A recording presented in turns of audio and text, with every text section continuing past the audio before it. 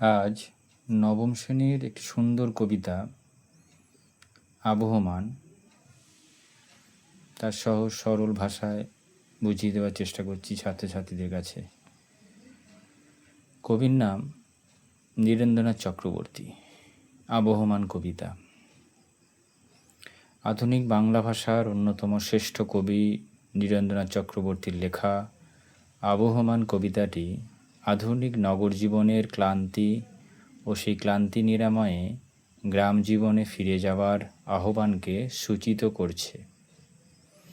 এই কবিতাটি কবির লেখা অন্ধকার বারান্দা কাব্যগ্রন্থ থেকে নেওয়া হয়েছে। আবহমান কথার অর্থ হল চিরন্তন, শাশ্বত বা চিরকালীন।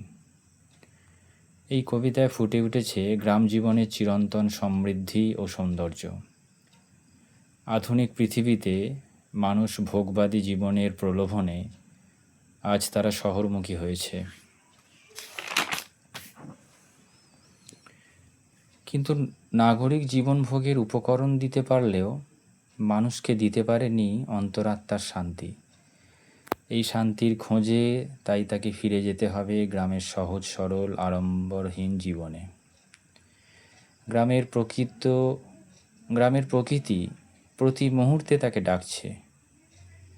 সুদূর অতীতকালে এই গ্রাম থেকেই শুরু হয়েছিল মানব সভ্যতার বিকাশ।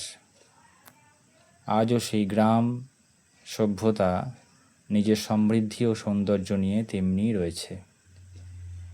গ্রাম সভ্যতার জীবন তৃষ্ণা কোনো দিন ফুরাবে না।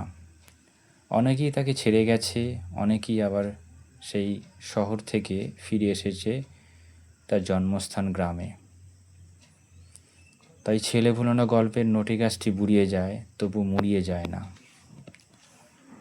অর্থাৎ এই সভ্যতা প্রাচীন হয়েছে, তবু প্রাণহীন হয়ে পড়েনি। তাই এখানেই ফিরতে হবে তাকে, সেই মানুষটিকে। এসে দাঁড়াতে হবে আবহমান সেই উঠানটিতে, সেই লাউ মাচাটির পাশে। একটি ছোট্ট ফুল দুলে দুলে চিরকাল ডাকবে আমাদের, তার কাছে যেতে বলবে চিরকাল। ধন্যবাদ। যদি কবিতাটির বিষয়বস্তু ভালো লেগে থাকে তাহলে একটি সাবস্ক্রাইব, একটি শেয়ার, একটু লাইক করে দেবেন।